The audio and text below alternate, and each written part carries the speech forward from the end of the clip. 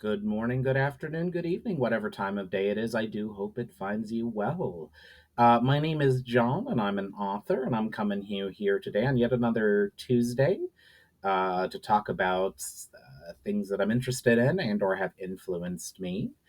Apologize for any sniffling you happen to hear on today's video. My sinuses and allergies are out in force.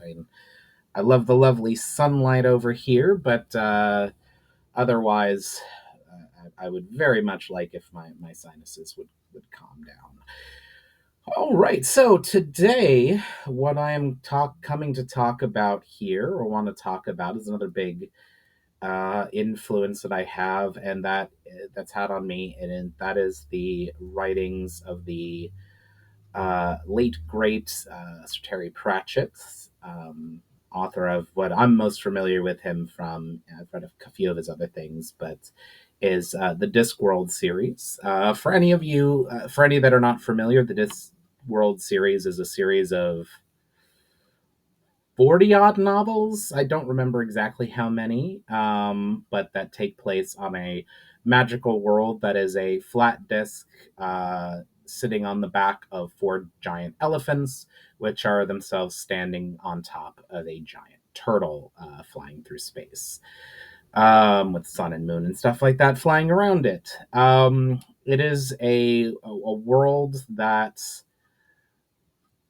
really pretty much most, if not all, of the Discworld stories are satires or parodies of initially the fantasy genre, but you get into philosophy and occasionally even almost science fiction, um, like police procedurals, political drama, fairy tales, like all of it gets mixed up in there. Um, and the books are a wonderful combination of both, at points, very, very funny and also incredibly insightful, particularly, insightful and philosophical, particularly about the human condition and taking a stand against hate and prejudice and backward thinking, for lack of a better word. Um, the first one I remember reading is when I was growing up, when I was in my early teens. I don't remember exactly when my father started working in a bookstore, and one of his colleagues recommended it, and he brought home what I think is at the one and the same time both the most just absolutely hilarious, but one of the most insightful of the series, called Reaper Man. Which, just a brief synopsis of it: the death of the Discworld is responsible for collecting souls and taking them to whatever's next or wherever they're supposed to go. Who dresses in the typical, he's a skeletal figure wearing a long black hooded robe and carrying a scythe, is fired from his job by this group called the Auditors of Reality, who don't like emotions, and they're responsible for things like gravity working, and they don't like humans or living creatures, because there's not just humans in the Discworld, and their messy emotions and stuff like that. And they feel that Death is taking too much care and interest in his charges, and is at a couple points, oppose what they've tried to do. So they're trying to fire him and replace him with more impersonal Death. And I mean, there are parts of it that are just. I mean, Death goes to work on a farm, and one of the things he's tasked with is teaching a rooster how to crow properly, which he does by writing out "cock-a-doodle doo" in a big sign, and telling the rooster very fine, with a great finality, that the rooster needs to learn how to say it, but the rooster happens to be dyslexic, which just leads to a hilarious running joke. Um, Group of the group of one of the recurring groups of characters is these wizards from what's called the Unseen University, who are not particularly good at wizarding or being university professors, but often get sort of roped into dealing with whatever the latest calamity is, and due to souls not being collected properly, it gives rise to, there's too much life force going around, which gives rise to the natural predator of the city, which is the shopping mall, which is also hilarious. But then it gets incredibly poignant and philosophical about death and what death should be, and that just because death is inevitable doesn't need to mean means it doesn't mean it needs to be cruel or impersonal, you know, and emotions are a good thing, and it's really really beautiful, and it branches out. There's a group that's very much, you know and that that's one of the series is following Death's escapades and sort of coming to care for and being more engaged with and protecting the living on the Discworld from often the various forces trying to do something. Usually, the auditors of reality, and his apprentice and adopted daughter and granddaughter. It's just very, very clever. Another one of the funniest, but also most poignant, that I would highly recommend. It's a great book as well as a great miniseries. They did a miniseries adaptation 10 or 12 years ago. I don't remember exactly, called Hogfather, where to stop another plot of the Auditors of Reality, Death ends up taking the role of the Discworld's version of Santa Claus, the Hogfather, to just absolute hilarity. There's a series in that, you know, they don't go in order. He just sort of wrote them sporadically. There's a series around the city watch of the biggest city on the Discworld called Ankh-Morpork, which is more or less based on London, but sort of the watch characters and also the politics of the city, which often can lead to sort of various like murder mysteries and thoughts upon politics and government that are great. It's probably one of them called Night Watch is probably it's one of the least funny, but I think perhaps the best book in the series. There's a group following, the wizards often end up in at least featuring somewhat in those stories, and as well as there's a couple of standalones around the wizards, particularly one of the original main characters who's a wizard kind of in name only, whose specialty is, he runs away so hard from doing anything that he ends up becoming.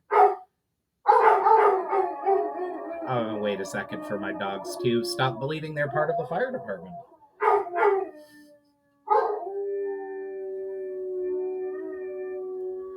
Anyway. Oh, stop it, you two. Anyway, yeah, it's just really fun. There's a group of the following essentially what's based on the kind of like the witches from Macbeth, who dealing with this sort of forest mountain kingdom, that are just really really funny.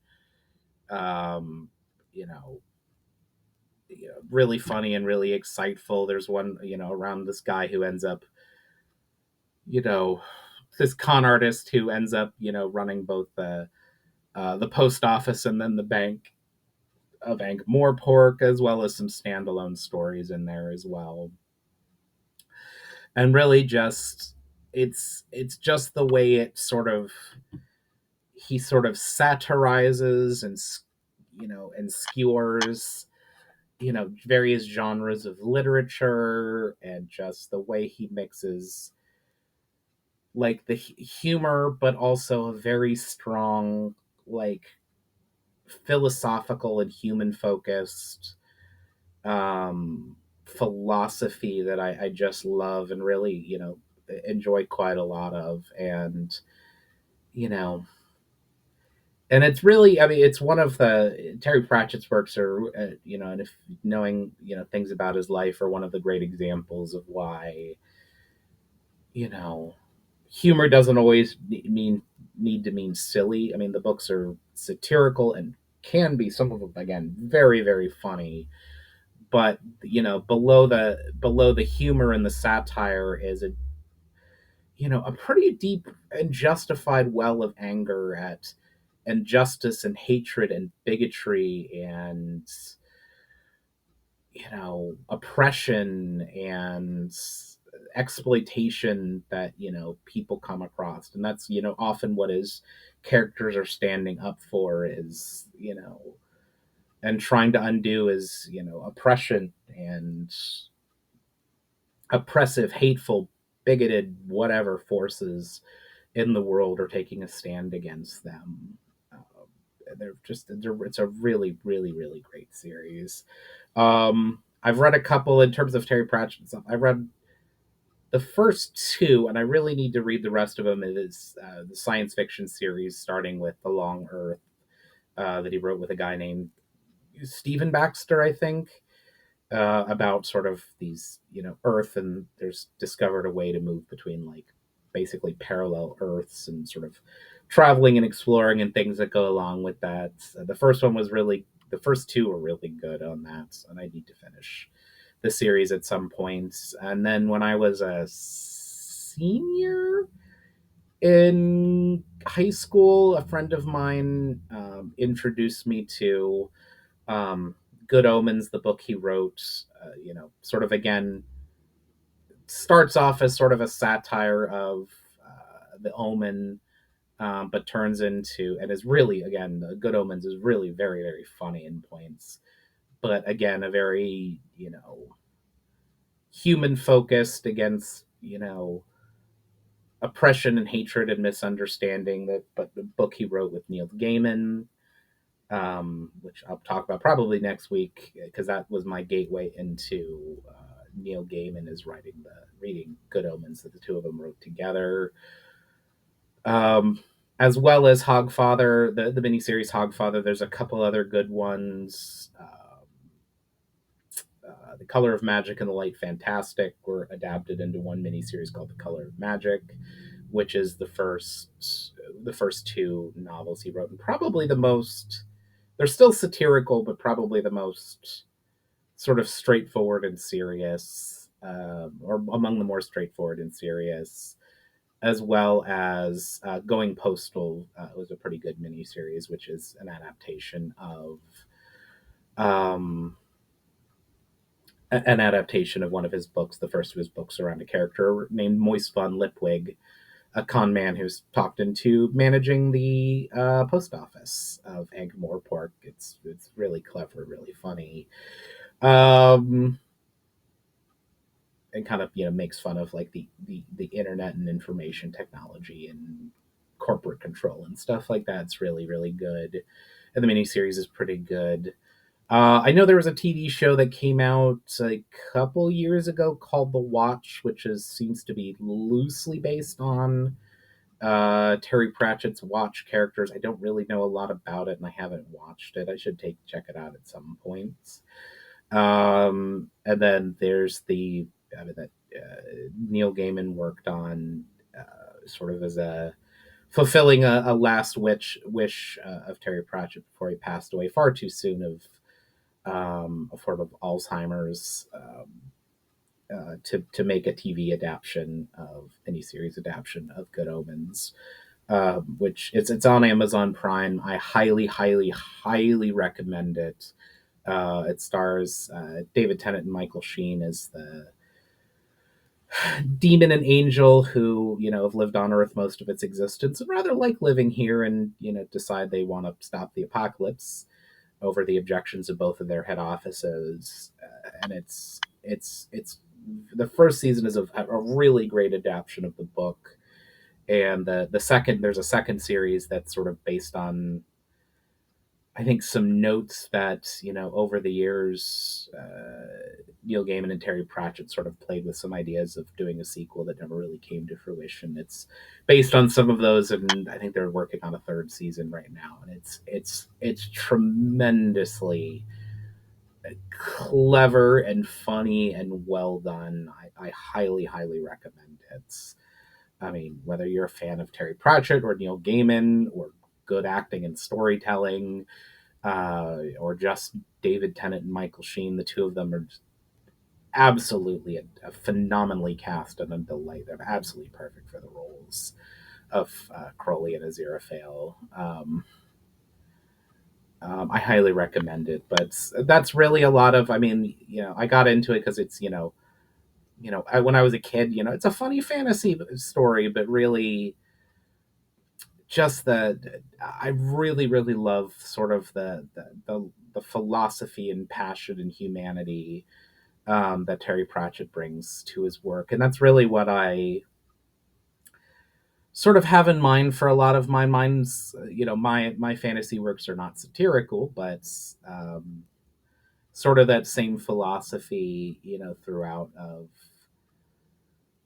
you know that you know evil isn't often always you know completely mustache twirling. It's often just forces that seek to control or dominate or oppress or are motivated by bigotry and hatred, and just that sort of philosophy and importance of that good is taking a stand and trying to undo all that, that I really really like and enjoy.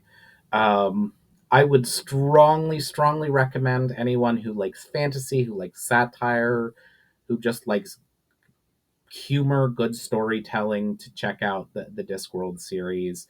The nice thing is even though the various plot lines follow a rough, um, they follow along and they do reference past things pretty much, with the exception of the first two, the Color of Magic and the Light Fantastic. Um, they really can be read in any order. You can look up online like the order of them, but they're standalone enough that you're not missing out on anything. There might be a few in jokes you wouldn't get, but they're either funny on their own or they're not going to disrupt the story, if you don't get a particular in joke, or reference, because he does a good job of explaining or re-explaining who the characters are and what their role is, in each book.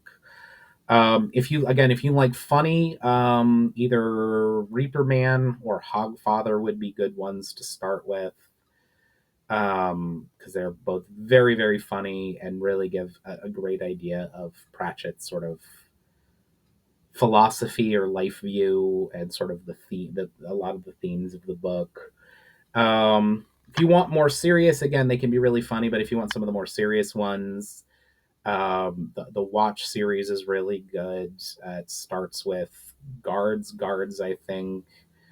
Um, One or two of the characters appear earlier, but there's a witch series that begins with Weird Sisters, is sort of where that really sort of comes together. I think it begins with Weird Sisters. Or you can just start with the beginning, Color of Magic and Light Fantastic. There's lots of places you can go with that. It's very clever, very quotable. I highly, highly, and sincerely recommend that. Um, but yeah, check those out. Check out my writing. I have the two books that are available. Why do I never remember to get these out ahead of time? But I have my two books that are available on Amazon: The Shadow of the Past and the Sunburned Red. Both of those are linked below. Have you read any of Terry Pratchett's books before? What do you think? What's your favorite? Do you have a favorite character or sub-series within it? Favorite book? I would love to hear all of your thoughts on that. Like, share, subscribe, follow my socials. All of that would be wonderful and greatly appreciated, as would checking out my books. And yeah, thank you for your time here today. I don't know why I'm being so formal, but I hope you all have a wonderful day and get a chance to either do or experience something creative, and I will catch you on the next one.